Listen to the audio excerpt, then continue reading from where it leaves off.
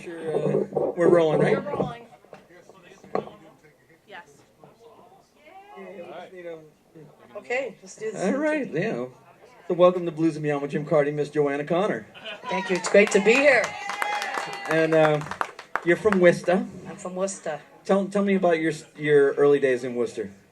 Oh boy. No, can I say this on the air? No, I'm kidding. Well, no. I mean, the two big bands were the Pinot Band Yeah. and the Jake Hiles Band. Yeah. That's Really, true. those were the two big Yeah. bands at that time. Tell me about the scene and what was going on then. I was a little bit younger than the Pinot Brothers, believe Yeah. it or not. About 13, 14 years younger. But I started off playing. With So Dick- did they hire you because of that, or Yeah. you're playing? They saw me playing with another band, and they said, we'd like to have you on board. And they had a gig at Ralph Steiner, Uh-huh. and my Still name cooking? is still there. So we played there every Friday night, and it was a great training for me. Yeah. And Babe was really big, and Kenny, and I met the Jay Giles band because they knew Of them. course. And so playing there every Danny Friday. Klein for really years. loved the Pinot Band, as I Yes. recall. Yeah. Yeah, part of it. Yeah, so it was nice, and I grew up listening to them, so it was a privilege. So we eventually Babe left and did his own band, and then Kenny Pino and I had our band, the Pino Connor Band, and we continued at Ralph's, and then we had musicians like Bob Fabulous, people more from the Boston area. How nice to drop I right in, know, and drop like in. it's like you never miss a beat after a couple minutes, right? Yeah, a couple minutes, and we had Kenny Johnson, who played drums for James Cotton, so he moved to Northampton. Yeah. So it was really a great band, but I went to Chicago. Actually, Kenny and we went on a cross-country trip. My grandparents lived in California, and we said, let's go to Chicago. Because in Boston, I was underage, but I used to go to Jonathan Swift's, and Sure. I saw like Sun Seals and Albert Collins and Big Twist and the Mellow Fellows and Lonnie Brooks, and it goes on and on. I would James Cotton all the time, because Cotton played here all the time, and I was like, man, that Chicago blues is what I love. And I went there when I was 19 and snuck into clubs again.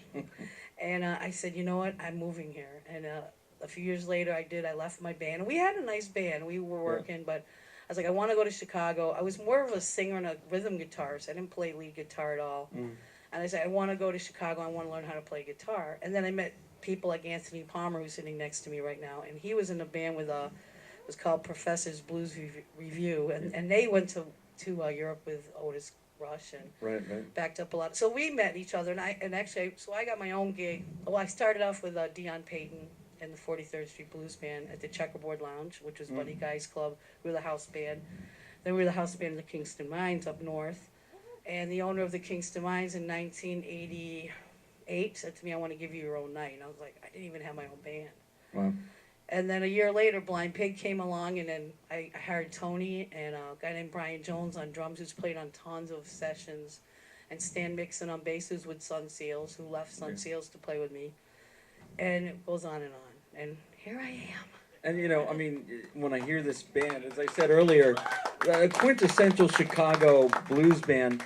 Like, I mean, now you're kind of the it generation.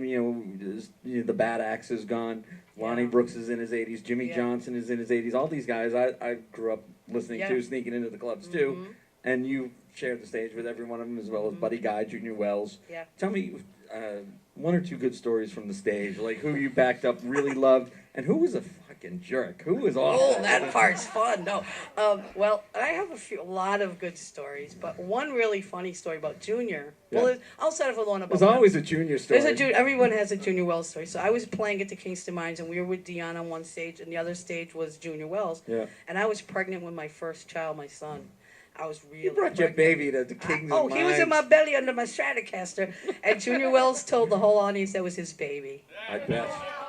So, fast forward about 4 years later, my son and I are in Europe playing in the Netherlands, and Junior is backstage, and my son is following him everywhere. I'm like, no, this really isn't your child. This is not the Immaculate Conception. So that's a good story. And then Buddy Guy, when I first moved to Chicago and played with Dion. Junior had some road babies, though, I'm sure. Oh, I think so. Yeah. He had game. Yeah, he did. And he was dressed so well, my Those son was suits, man, fascinated. those The suits. suits. Oh, He my was in God. blue and white from head to toe, like hat to shoes. And my son loved that. They called them fines back in those days. Yeah. Yeah. And I played with Buddy Guy a lot, and he called me up to do a guitar battle, and I was like 22, and I was like ready to pass out. Yeah, man. I saw him at Clark University when I was 10 years old Wow. in Worcester, and I told him that. He said, "Don't make me feel old." But anyway, so that was great. Another great story was I got to play with Jimmy Page Wow. in Chicago, and he kept forgetting what key we were in, but he was awesome. Just say no. So Just say Nancy no. Reagan I know, we said, won't just go- so you know, say no, buddy. He was awesome though, Right and on. I don't want Jimmy to Page. give any jerk stories, but there's a Yeah, few. yeah. There were some rough times, you know. They're like, "What are you doing here?" kind of thing. Right, right. But But lot I of mean, good stuff. to be now the generation that's probably the most vital and seasoned, and really know what the that post-war Yeah. blues era was all about. You're kind of the youngest yeah, generation that was so hooked into that thing. yes, And you're like really the last link to the real stuff. The real Honestly, stuff. there's so Yeah. few people left out here that know your craft the way you do. It's Thank you. amazing.